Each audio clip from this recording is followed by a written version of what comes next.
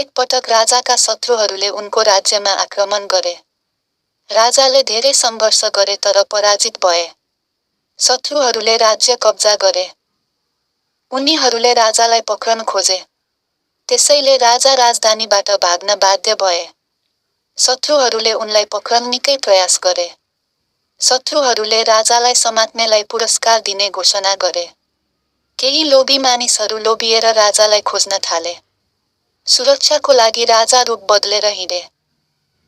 उनले धेरै स्थानमा लुकेर अनेक कष्ट झेले। उनी लुक्दै हिँडे। अन्ततः उनी एउटा जङ्गलको गुफामा पुगे। उनले अघिल्ला स्थानहरूभन्दा यहाँ बढी सुरक्षित महसुस गरे। राजा निराश थिए।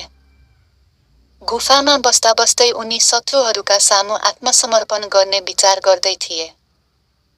त्यत्तिकैमा उनको नजर गुफाको छानोतिर जान खोजिरहेको एउटा माकुरातिर पर्यो। त्यो माकुराले छानोमा पुग्न छपल्काएर प्रयास गरियो तर प्रत्येक पटक असफल भयो। सातौं प्रयासमा पनि उसले हार मानेन। उसले फेरि प्रयास गर्यो। आश्चर्यजनक रूपमा माकुराले अन्ततः छानोमा पुग्न सफल भयो। राजा माकुराको निरन्तर प्रयासले प्रेरित भए। उनले फेरि शत्रुसँग नयाँ जोश र साहसका साथ लड्ने सोच बनाए। उनले आफ्नो साहस सङ्कलन गरे। उनले वफादार अनुयायीहरूसँग फेरि प्रयास गरे। यसपटक राजा र उनका सैनिकहरूले स्वतन्त्र राष्ट्रको लागि साहसपूर्वक युद्ध गरे। अन्ततः राजा आफ्नो गुमेको राज्य पुनः प्राप्त गर्न सफल भए।